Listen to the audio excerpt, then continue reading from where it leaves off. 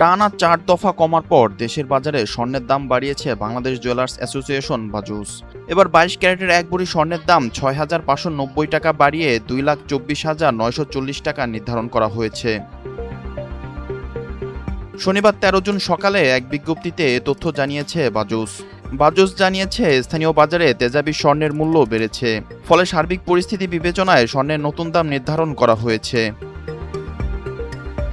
নতুন দাম অনুযায়ী দেশের বাজারে প্রতি ভরি ২২ ক্যারেটের স্বর্ণের দাম পড়বে ২,২৪,৯৪০ টাকা।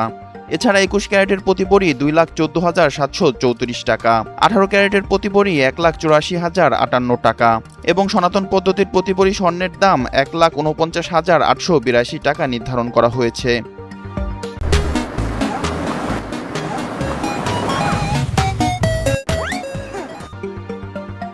সবশেষ ১১ জুন সকালে দেশের বাজারে স্বর্ণের দাম সমন্বয় করেছিল বাজুস।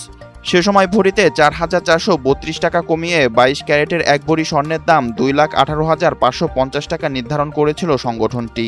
এছাড়া ২১ ক্যারেটের প্রতি ভরি ২,০৮,৪৩৬ টাকা, ১৮ ক্যারেটের প্রতি ভরি ১,৭৮,৬৯২ টাকা এবং সনাতন পদ্ধতির প্রতি ভরি স্বর্ণের দাম ১,৪৫,৫০৮ টাকা নির্ধারণ করা হয়। এর আগে ২ জুন ভালো মানের এক ভরি সোনার দাম কমানো হয় ৩,২৬৬ টাকা, এরপর ৬ জুন কমানো হয় ৫,৪৮২ টাকা এবং ১০ জুন কমানো হয় ৬,৫৯১ টাকা। বাজুস জানিয়েছে, পরবর্তী ঘোষণা না দেওয়া পর্যন্ত এই নতুন দামই দেশের সব জুয়েলারি দোকানে বলবৎ থাকবে। তবে ক্রেতাদের অবগতির জন্য জানানো হয়েছে যে এই নির্ধারিত বিক্রয় মূল্যের সঙ্গে সরকার নির্ধারিত ৫% মূল্য সংযোজন কর এবং বাজুস নির্ধারিত ন্যূনতম ৬% মজুরি অতিরিক্ত যুক্ত হবে।